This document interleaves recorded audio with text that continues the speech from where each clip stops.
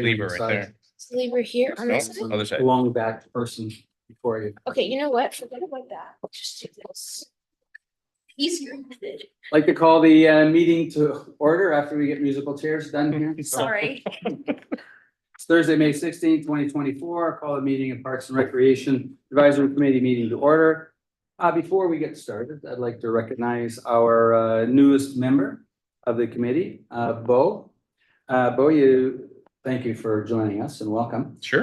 Can you give me a 30-second elevator speech on yourself and introduce you to everyone else? Bo Burkich, lived in Aurora for 16 years now, I believe. Involved in the volleyball community in Aurora with the Storm Volleyball Club, and looking forward to contributing. Great. Bo's also a teacher. High school. Okay, thanks so much. I just in front of you. Got it. Let me start with the land acknowledgement. The town of Aurora acknowledges that Anishinaabe lands on which we live and work are the traditional and treaty territory of the Chippewas of Georgina Island, as well as many other nations.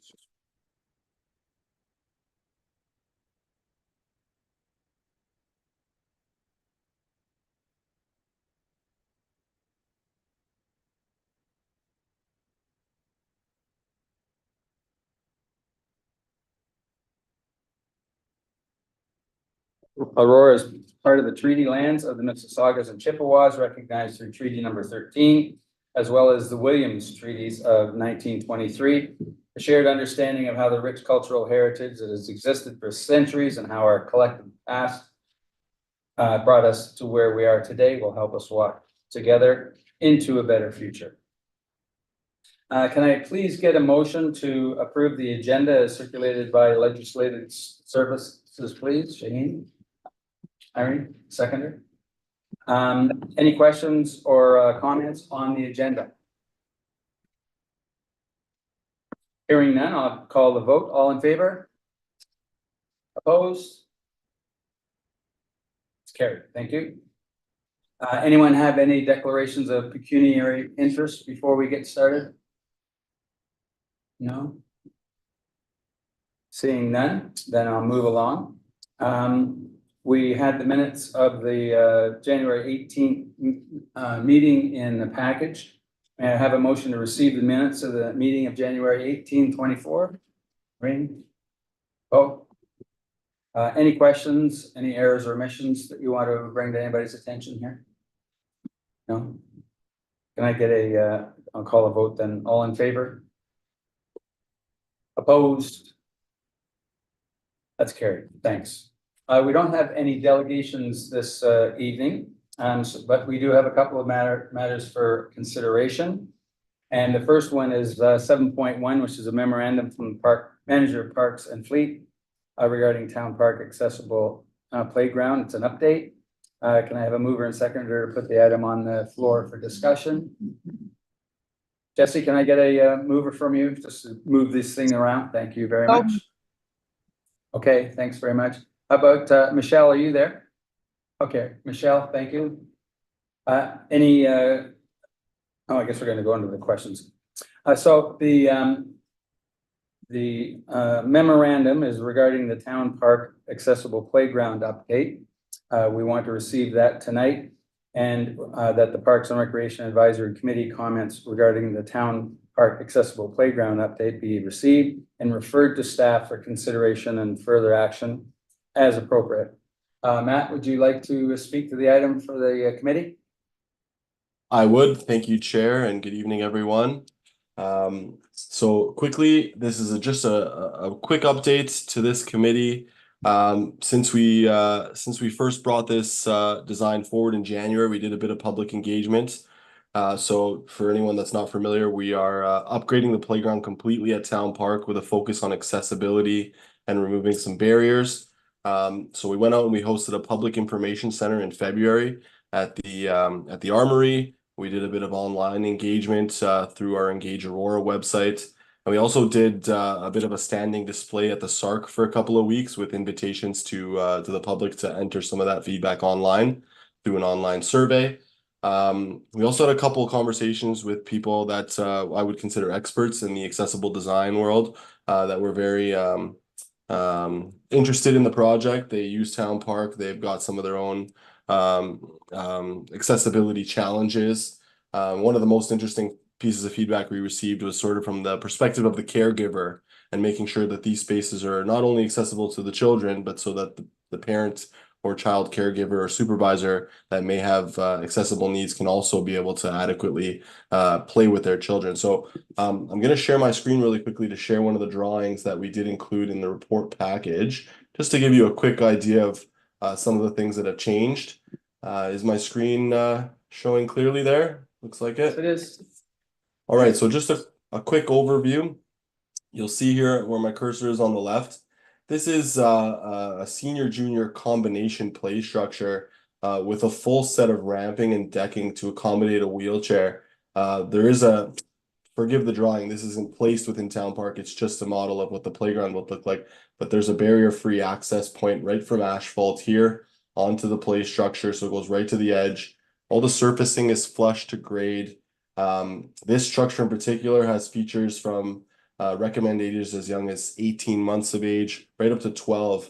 And we were very mindful with some of our design features and noticed the double slides so that you could have an adult or caregiver travel down the slide with a youth participant. Here too, we've got a bit of a spinning wheel that's flush grade, so you could wheel a wheelchair accessibility device right onto the spinner, which is an interesting and neat feature.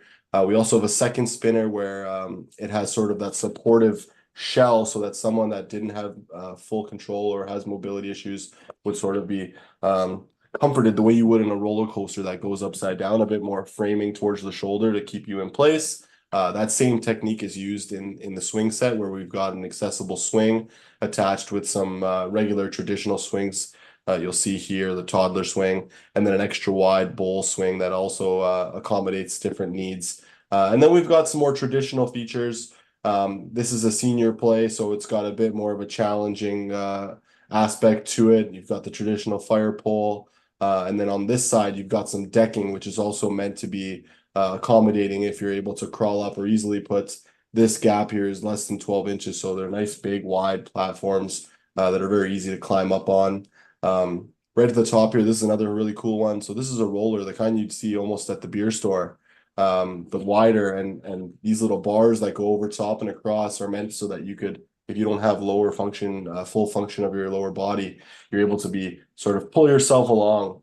And then we've got some sensory boards and things that might be attractive to someone that can't participate in some of the bigger, more challenging features. So you'll see that here.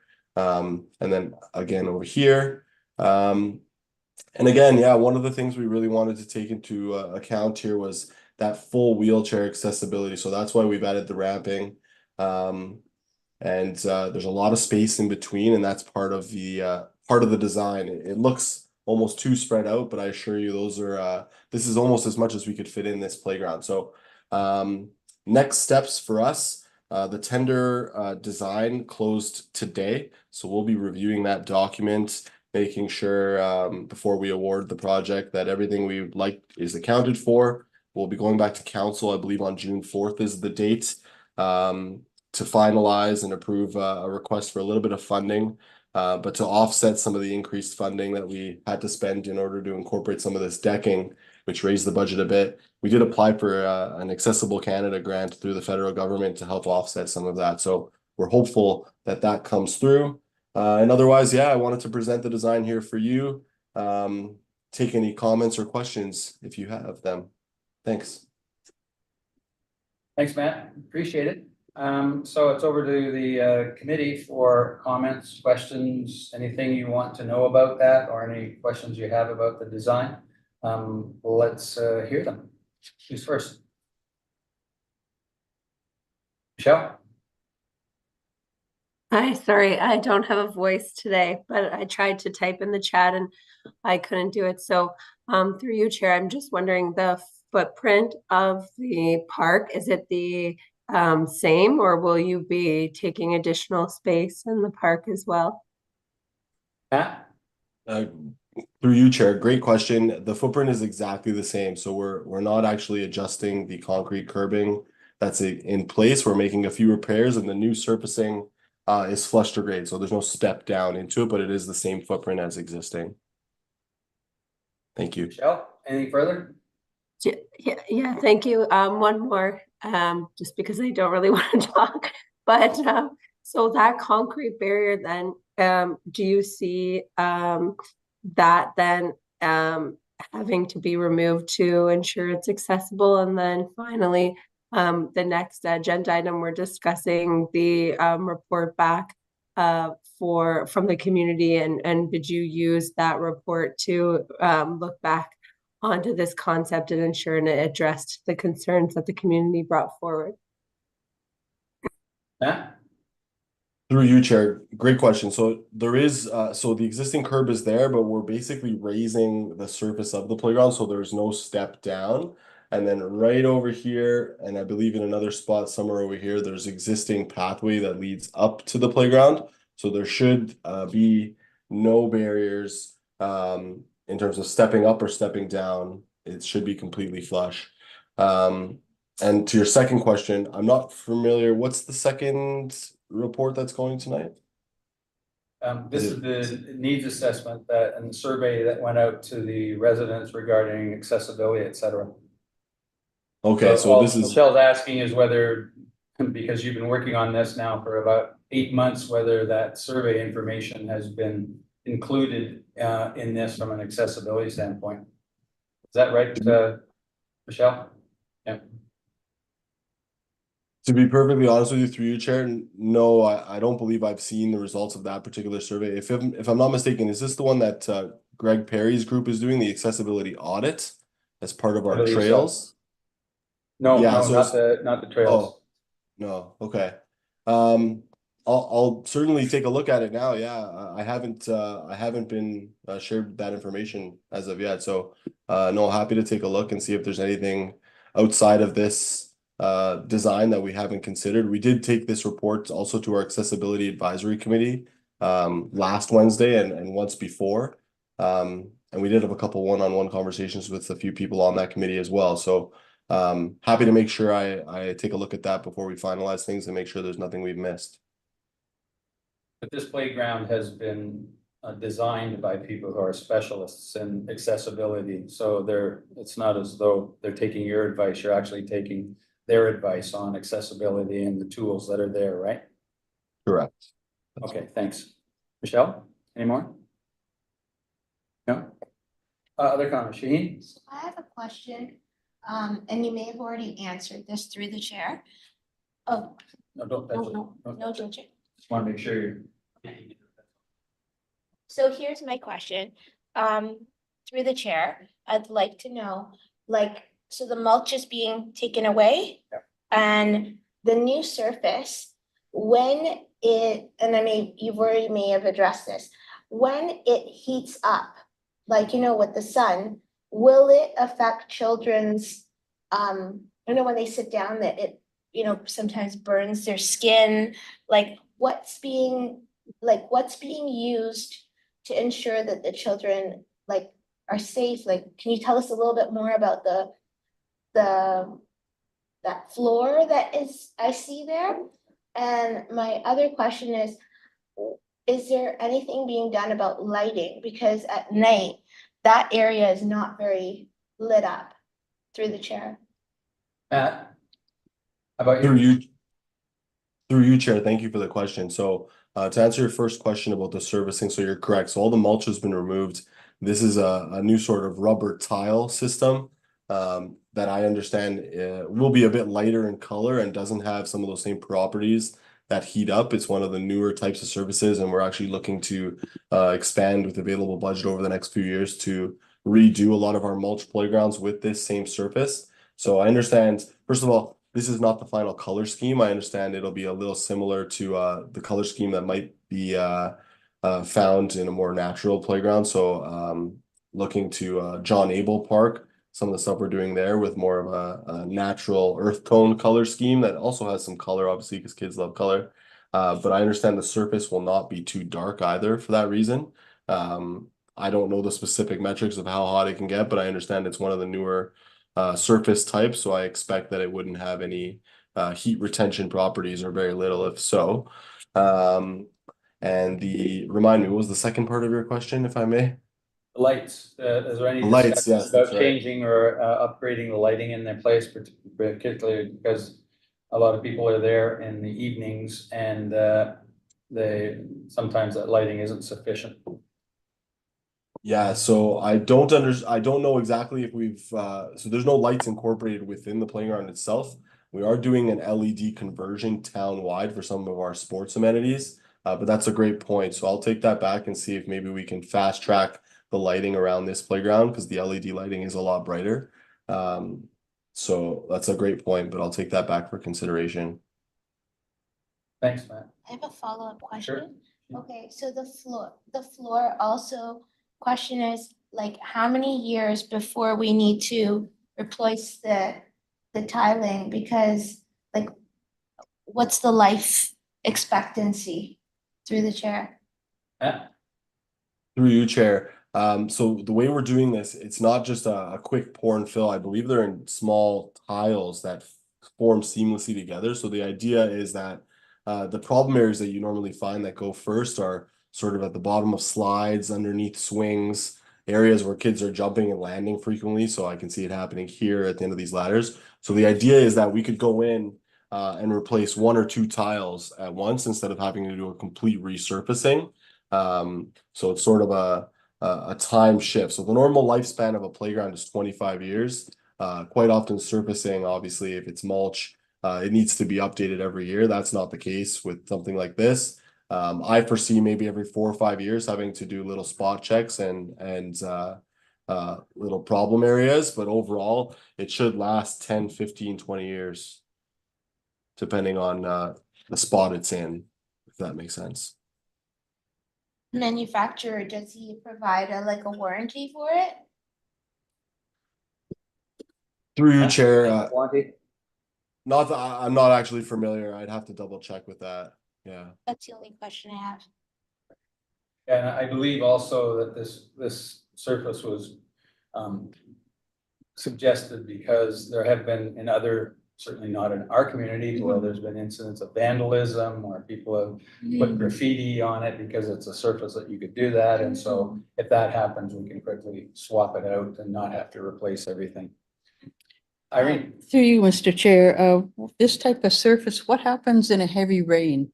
Does it get soggy? How is drainage done? Not sure. Matt, have you talked to the people about the rain and rainwater wash? So through you, Chair, my understanding it's very porous. So it shouldn't pool per se. It should go right through the substrate. We do a bit of a top dressing cleanup when we remove the existing. And so we'll make sure that things are compacted. There's the right gravel below it and the right surfacing to keep it permeable, and it should be very level as well, especially due to the nature of the accessibility component. But I understand it's very permeable.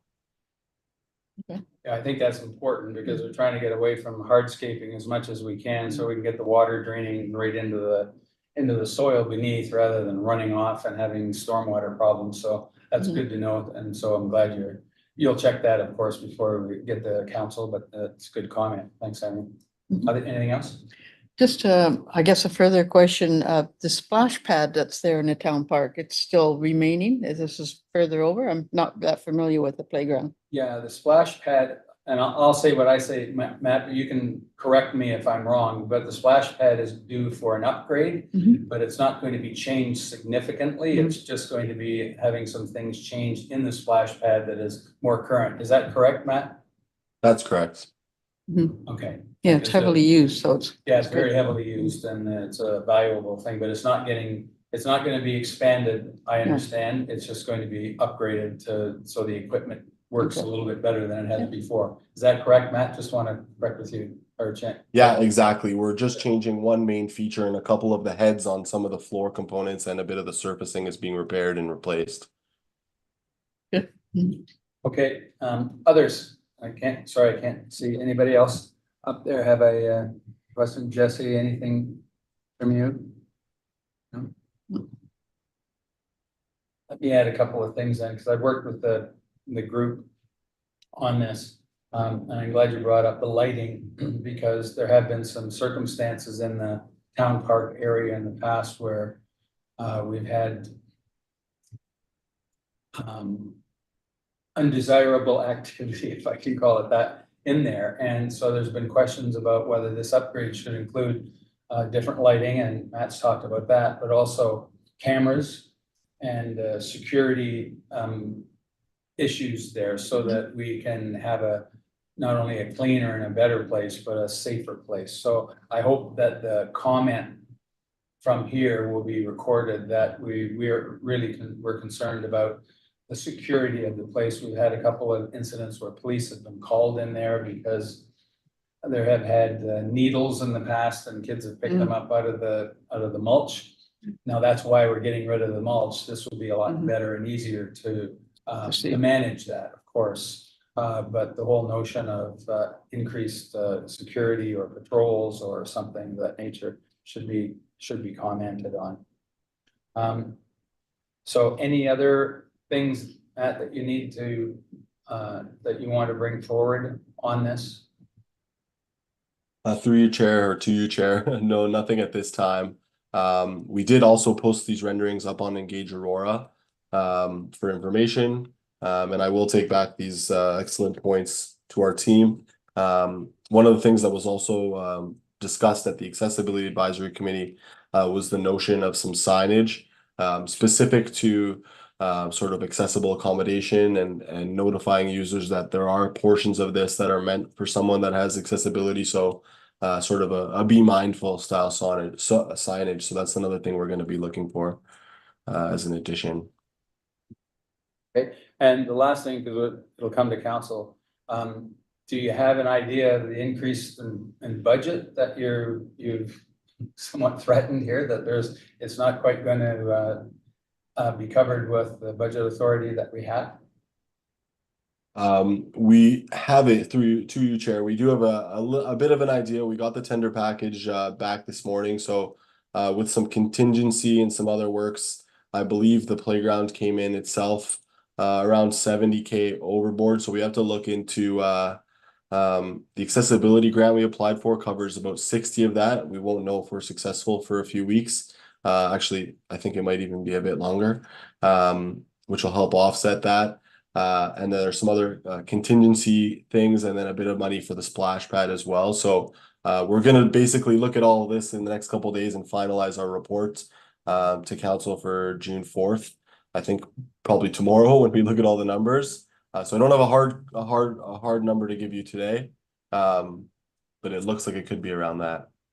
I'm glad you said what numbers you said. I didn't know whether you're going to be talking about 6 figures or 5 figures. So it sounds like it's 5 instead of 6. So that's yeah. I preface it by saying it could be over. It could be 6, but just slightly. I'll have to discuss with Sarah, see where we can make some adjustments. It was the addition of the decking, which was one of the biggest points of feedback that we heard, to make sure that we could have like I mentioned, the child's caregiver or supervisor be able to be on the structure as well, or someone in a wheelchair, and that's what elevated the costs for us. And I guess what we should have as a comment in here too is that the Town Park Area Ratepayers Association wanted to ensure that the facility was built the way that we've had discussions about, and they've also been working with some potential sponsors in case you were a little short. So rather than cut anything out, because this is the town park and it's because of music in the park and farmers market and variety, it's used highly. They would like to make sure that it's what we want for the next 25 years. So if that comment can be gathered, I'd appreciate that. The last thing that they suggested was that they would like to see an additional swing set. And I know that may be an issue that says we need to expand the footprint because of safety issues. But if, they're very interested in making this useful for all ages and stages of development, whether they're young kids or whether they're up to the age of 12 and 13. And their suggestion was that maybe that swing set may not be suitable for all ages. So let's leave that comment for you to consider. Awesome. Jane, Also, second time? we also have to consider that the town park is used by all of Aurora. And the volume of children coming to that park on concerts in the park and farmer's market, it's not an ordinary park. Like it's the hub. So we need to, like, if there's extra, like, is there any like from the I'm sorry, the group that's, around town park, is there any reach out to the or the business? There, the group Mhm, has within it, we met with Yeah. about 30 of them. mhm. And many of them in there said, yes, if you need more money in order to build Okay. it the way we need it, because it's 25 years and it's the centerpiece of the town. And we have baseball there all the time and we have all sorts of things happening. They just wanted to make sure that if budget was a problem, that they went to sponsors to be able to do this. Now, Matt, the last thing on that is the timing on it, because you didn't talk about timing, but I think everybody here would be interested in know when this is going to get started and when it's about to be completed and that type of thing. Can you expand on that, please? Yeah, absolutely. So we'll probably start construction on this towards the end of September, early October, to sort of miss the peak season of this summer. We wouldn't want it out of commission for several months through high season, but it should be ready to go for the warm weather in 2025. So fully operational by spring of next year. Year from now, we'll have a grand opening. Is that what you're saying? Should be, as long as everything goes according to plan. Okay, let's keep our fingers crossed. Thanks so much. Anybody else have any questions before we let Matt go? Seeing none, thanks, Matt. I really appreciate the work you and Sarah and Steve have been doing on this. And for the rest of the group here, the first thing that happened, and I think we're gonna do this regularly, is that whenever there's a new park upgrade that's gonna be happening, no matter where it is in the town, they're gonna start doing these community information meetings to start gathering information so that we're making sure we're building the right things for the right demographics in those areas. So I want to thank the town staff for doing that extra bit of work, but I think it's going to be worth it when you consider we're going to get the right thing built. So thanks so much for your help. I appreciate it. Thanks, everyone. Have a great evening. Thanks. Can I get if there's no further comments, let me call the vote. All in favor of the receipt of the report and the comments going forward? All in favor? Great. No one opposed? It's carries. Thanks again, Matt. The other is an informational item that's come forward from the manager of recreation, the needs assessment for persons with disabilities, and it's really just what we heard. So maybe it's an important thing right now because we've had this conversation about the accessibility of the park. So Lisa, you're there and you're feeling well? Better? I'm okay. You might hear me coughing or sneezing a little bit as I sort of go through this, but yeah. We appreciate you being here, even though you're not feeling well. So thanks and yes. Put this on the floor. Can I get a mover and then a seconder? Jane. Seconded by Irene. Thanks very much. Okay, so what I want to do is that the memorandum regarding recreation needs assessment for persons with disabilities, what we heard will be received for information. So Lisa, give us a little bit about what we know from the needs assessment. I'm really eager to hear. Yeah, thank you, Mr. Chair. So before I actually jump into the memo, I just want to address Michelle's question and the relationship of this study to the accessibility and the playground and that sort of thing.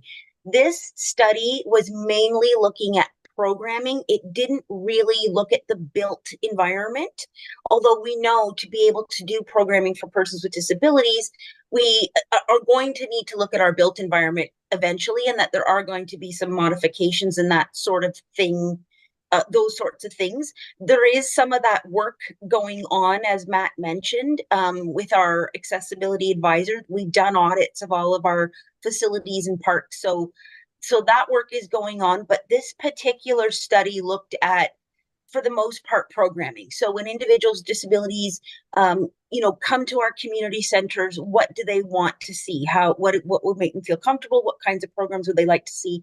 That was basically how what this project was about. So it hadn't been shared with Matt yet. Again, we're not finished it. But it doesn't touch too much on the actual built environment and the work that Matt and the Office of Accessibility is doing right now. So I hope that helps sort of clarify that piece. So I will sort of jump into the memorandum. I think some of you might, remember this project. We've been to you a couple times now. So I know the consultants came and you chatted with them for some time, and so we have been continuing on through. We are done our community engagement, our community consultation piece. So this memo talks about what we heard through that process and who we heard from. So we did hear from 144 disabled persons of all ages, mainly sort of 12 and over. We heard from caregivers and parents as well, who spoke on behalf of their younger children. 76 caregivers, 25 parents of persons with disabilities, 16 community organizations. Those are organizations that serve persons with disabilities, like Carrie's Place, Chats, the various organizations that support. 17 members of town staff and council, and 10 members of the advisory committees. That was mainly yourselves and the members of the Accessibility Advisory Committee. And we heard from these people via focus groups, interviews, online surveys, and telephone surveys. So that's how we gathered our information. And then as we sort of went through and organized and bucketed and grouped the information that we gathered, we grouped it into, what were almost like a SWOT analysis. What works well? What were the challenges? That sort of thing. There weren't any, I wouldn't say any huge surprises to us, but it certainly sets the framework and it helps us develop the actions and the implementation. So there was strong support for this project. We haven't done one in, I'm not sure ever or how long. So strong support and appreciation that we were doing this project. A general comments around program participants do, for the most part, find town programs welcoming. Obviously, inclusion and empowering programming is fundamental to our community, to all of our residents and citizens, no matter your situation. Quality of care and support leads to positive experiences. And that spring like March break and summer camps were highly valued. And those were specific areas of programming that mainly parents of children with disabilities really wanted us to look at and develop. So that's great information for us. Challenges, the demand for programming with support is growing. We know we've got, a significant disabled, our Census Canada data. We know what our numbers are in terms of our disabled community in Aurora. There are a group out there that we need to support. Many disabled people are not participating in programs for a variety of reasons listed underneath here. Financial barriers, the built design. So again, that physical, those accessibility issues that we were just talking about. Transportation can be a barrier for some people. And then that there's a lack of sufficient resources to offer inclusive programming. And I think that's sort of community-wide. We heard that from the agencies that we interviewed, and we also know for ourselves, we've got internally here at the town, we've got a lack of resources right now as well. Limited programs for youth and adults, and a lack of awareness. And we heard that over and over again as people just didn't know what was going on and what was available to us. So developing some really targeted communication strategies is going to be very important for us to ensure that people know what is available to them. How can we improve increased representation amongst those with lived experience? So as we move forward with implementing the information we heard, we may develop some kind of committee or group to sort of meet and talk about programming, and we're not quite sure what that'll look like, but we know that we need to keep the disabled community engaged and involved as we continue to move through this and implement this plan. They're going to be a key stakeholder as they're the population that we're wanting to serve. Increased options, variety of programmings, more adaptive sport and fitness equipment, one-to-one support and lower ratio programs, obviously very important for some disabilities, reducing the barriers to accessible programming. So that's a variety of barriers. Again, it can be that physical built environment. It could be those financial transportation, the ones that I just mentioned, a variety of barriers. Invest in staff training. That's going to be a really big one for us, because we know that, and we heard that, in order to make the program experience pleasant for everybody, but including those with disabilities, we've got to have the right staff in place, and we've got to have them trained.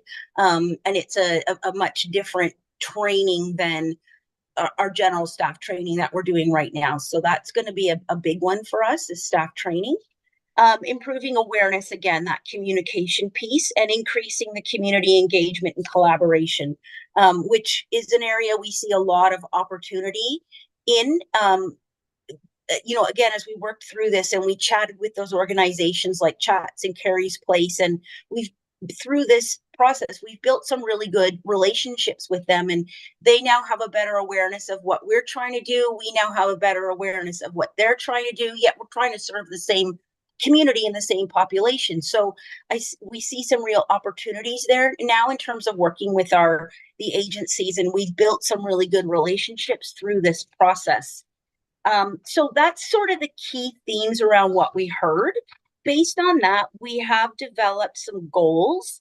And again, we're just trying to sort of drill down and lump these things that we heard together. So inclusive programming and empowerment, quality of care and support, accessible spaces and programs, representation and engagement, adaptive equipment and supports, and that communication and awareness piece.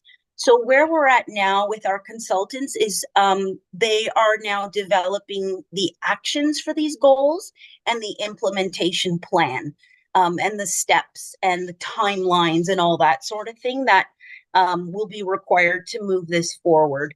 And we expect to have it wrapped up probably in the next 2 months. We will be taking the final report and the final results forward to council. We won't be able to do that now till either the September or October meeting, just because of the summer breaks and that sort of thing. And that we're not quite final with this yet, but we are getting to that final piece. And we're pretty excited to see what it looks like, the implementation. We know we can't do everything all at once. There's a lot of work we need to do, some things that are going to have budget impacts. So we're going to have to manage that and prioritize. And but ultimately, we're aiming to get to certainly a better place than we are now. And it's been a really good experience, like I said, with the community engagement, the partnerships that we developed, and the things that we've learned. So I will come back to this committee. I think our next meeting won't be till September, I believe. So by then we will have, we should have the final documents completed. So I'll come back to this committee with a bit of a summary on what the goals and the implementation look like. So I'll pick it up from what I've reported on today and pick it up and present to you the rest of the plan and what it is going to look like over the next few years in terms of implementing this. So that's all I had to say at this time. That's plenty. I'm glad you got through it with your cough. I want to thank you and the team for doing this, because it's very important. We all in this group know how important physical activity is for both the mental health, social health, and the physical health of all of our people. So I want to thank you for that.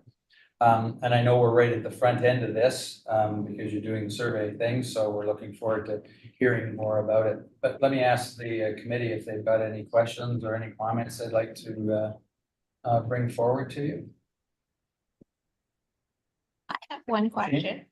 So my question is as part of the study, you know, the compensation for town staff? Because my concern is we can build all these programs, but if we don't have the talent to head it, that's a concern for me because right now, like I recently saw a posting, a job posting at the town of Aurora was a behavioral specialist for the summer camp. And for that type of position, we were offering $17 an hour. And I felt that that was really low. I can't see us being able to attract someone who can handle behaviors at 17.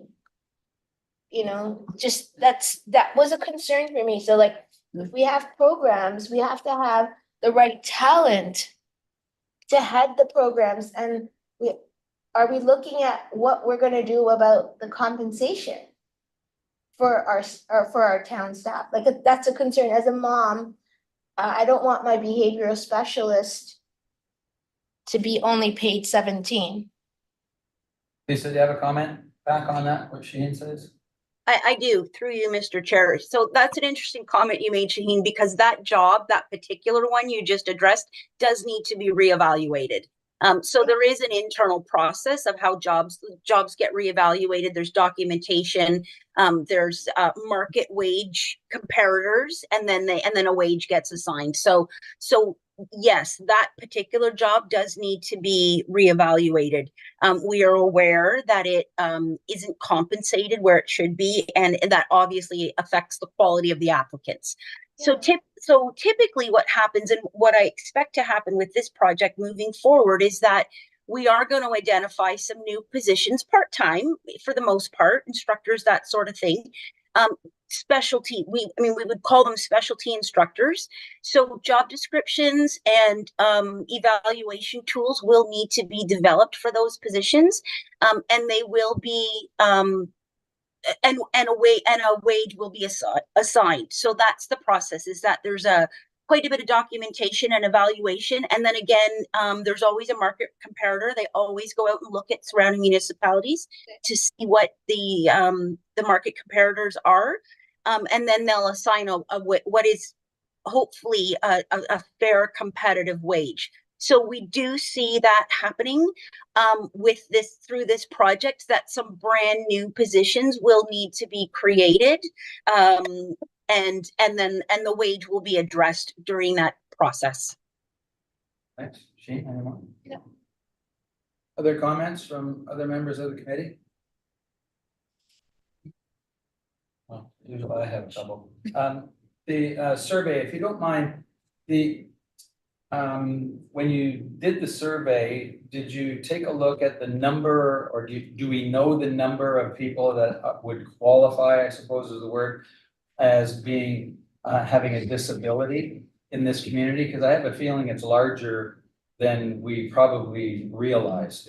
Have you gone to the school boards, for instance, to see what they have vis-a-vis disabilities in the schools, because they're very careful about disabilities and inclusion? Through you, Mr. Chair, do you mean the type of disability? That was my next question too. Oh. It's not just, it's the total amount, and then have you drilled down into the types of disability, whether they're emotional or physical or whatever types of disability? Because I'm just not that aware of it. I think Shaheen probably knows more about it because of her background, but can you tell me a little bit about the types of disabilities that were surveyed?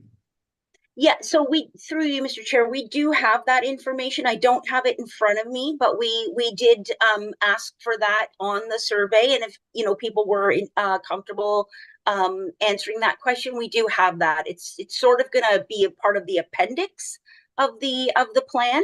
And then in terms of the survey, I mean, we put it out to the general, well, we put it out to the general community, but we did also reach out specifically, like we've got a database of families within our own registration system that are already using our programs, that have, who are individuals with disabilities or have children with disabilities. They were, emailed a few times and asked to complete the survey. Those agencies, they were asked to do the survey. The telephone survey was totally random, and it was done by an external third party. But there were some qualifier questions asked at the beginning of the conversation, to determine, whether they had a member in the household with a disability. So it was really a wide-reaching sort of engagement.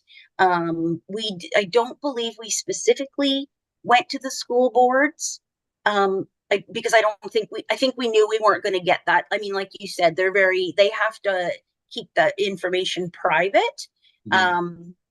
So I don't believe we did specifically reach out to the school boards, but I'd have to double check. They don't want to let anybody know individuals, but they might have an aggregate number of the number of people that are disabled, et cetera, in the schools. So but you're satisfied that the sampling was done correctly and that you've got a valid number and all the rest of it. That's good, thanks. The other question I had is, was there any discussion around intake?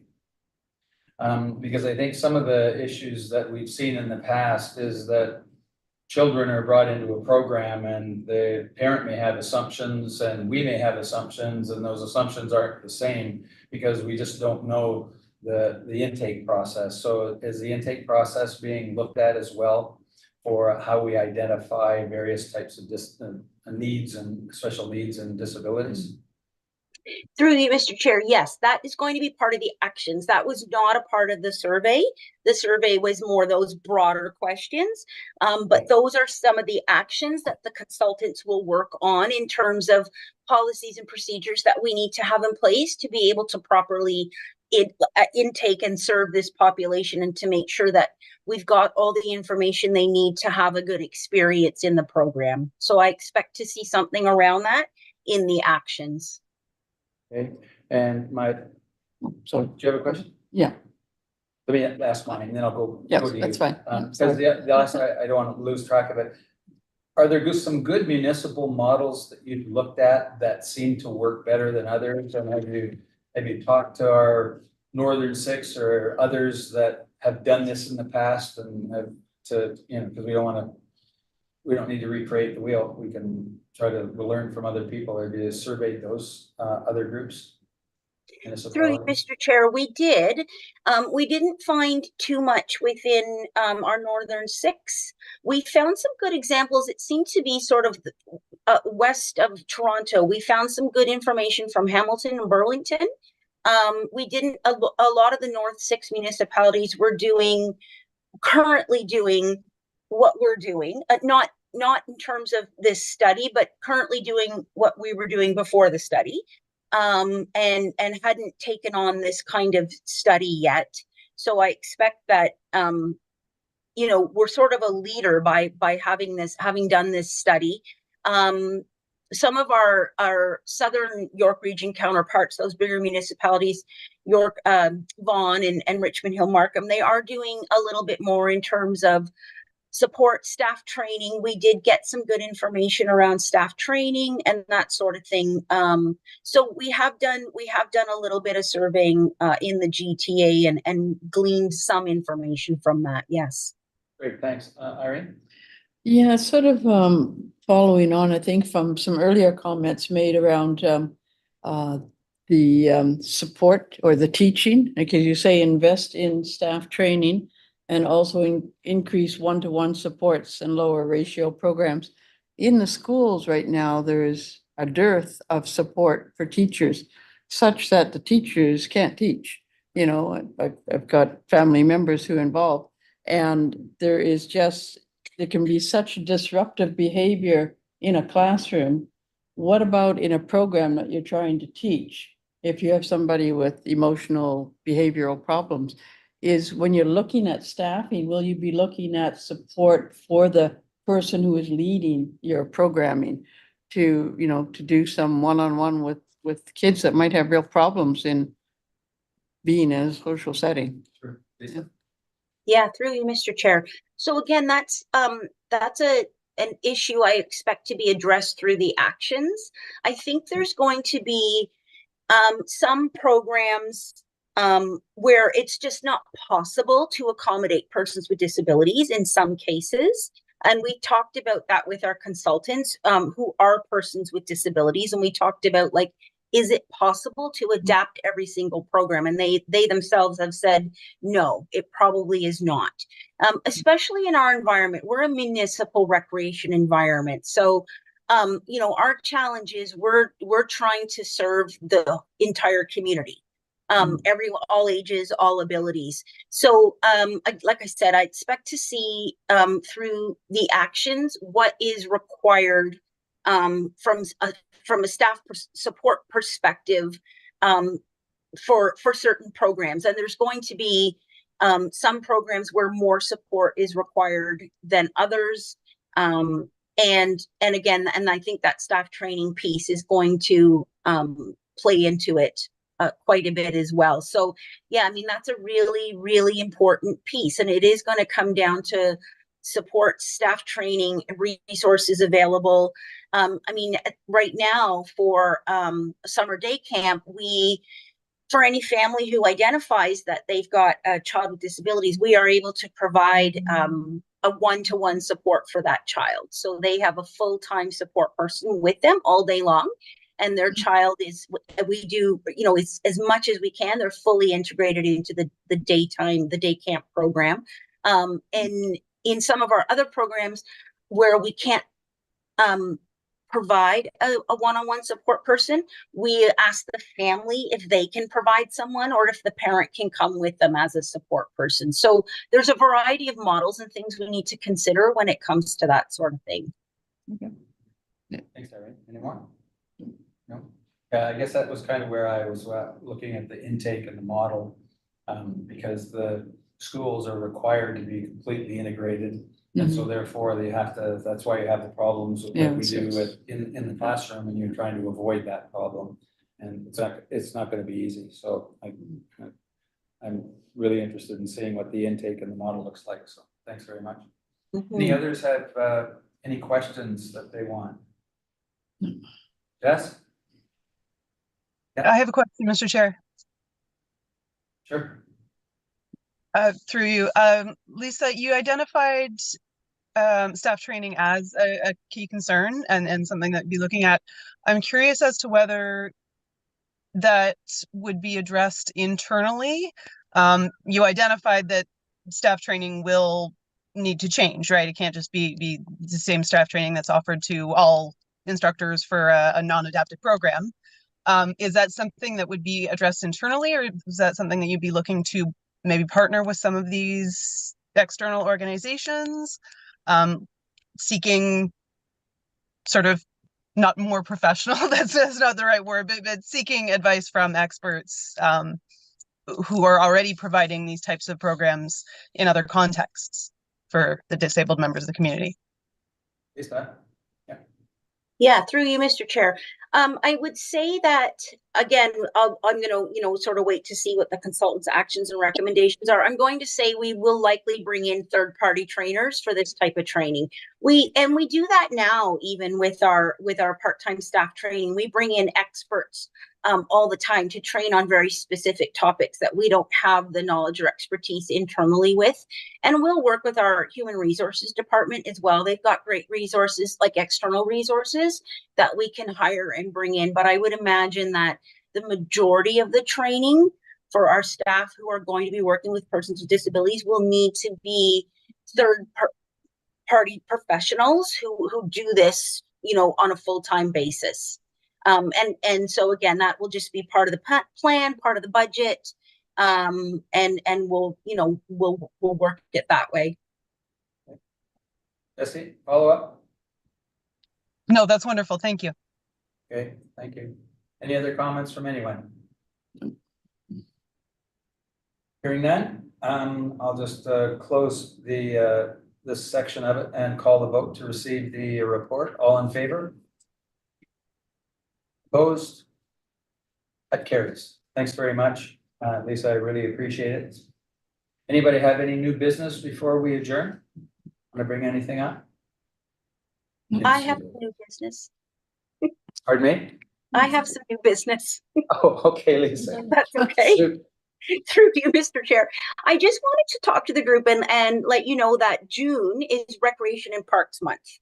And Recreation and Parks Month is a provincial initiative that is spearheaded by the Parks and Recreation Ontario Association. And it's just it's a sort of a fundamental grassroots movement just to sort of remind people about the importance of recreation and parks for our physical and social and environmental health. And so in order to sort of celebrate the fact that June is Parks and Rec Month, we have a lot of activities going on during the month of June that are sort of extra activities. They're no cost. All of the information is on the Town of Aurora website at /JRPM, which is June is Recreation Parks Month. But just to sort of give you an idea of what's going on, we've got a couple of Pride events, because many of you may know that June is also Pride Month, but we've got some Pride events, and then some of our other sort of standing events for Performing Arts Festival, Cycle Aurora. We have free drop-in activities almost every day. So, and for a variety of our demographics. So it varies every day as to what they could be, but preschool drop-in, family open gym, parent and child drop-in, basketball, lane swim. So almost every day in the month of June, there is a free drop-in of some sort. We've got some special events at the Loft, our youth room, the Loft at the Leisure Complex. Some skating drop-ins, guided hikes, that sort of thing. We are also doing some special programming in the park. We're calling it our Play in the Park series. I really like this one. We did it during COVID. It was very, very popular. So not every Saturday and Sunday, but throughout the month of June on Saturdays and Sundays, we're doing different workshops that have different themes. So nature seekers, spotlight on science, crafty critters, multi-sport fun. And they're just taking place in Lambert Wilson Park outdoors. They're family oriented, so they're meant for families to attend together, and they'll be staffed and they'll be programmed. They're no charge. And you can just sort of drop in, and you don't have to stay the whole time. You can drop in for either 2 hours each, drop in, you leave, whatever you feel like doing. So, as I said, it's all on the town's website if you're interested in looking it up or passing the information along to your friends and neighbors. I just wanted to let the group know about the June is Recreation Parks Month and all the things that we were doing. And all the things I just talked about are also at no cost. So everything is free for those drop-in activities, those play in the park activities, the special events, that sort of thing. They're all at no cost. Great, thanks. Good news. You'll be sending it out on social as well, not just stuff on the website. Yeah. Okay. Yeah. Great. Okay. Any other people have new business? Okay. Hearing none, can I get a motion to adjourn? Janine? All in favor? Oh, seconders. Yeah, sure. All in favor? Thank you, everybody. See you next time. I'm not sure when that's going to be. When is it? September 19th. September 19th. So have a nice holiday in summer. Stay Yeah, safe and enjoy the enjoy summer. your time. Thanks, everybody. Enjoy the summer. Thanks, Jess.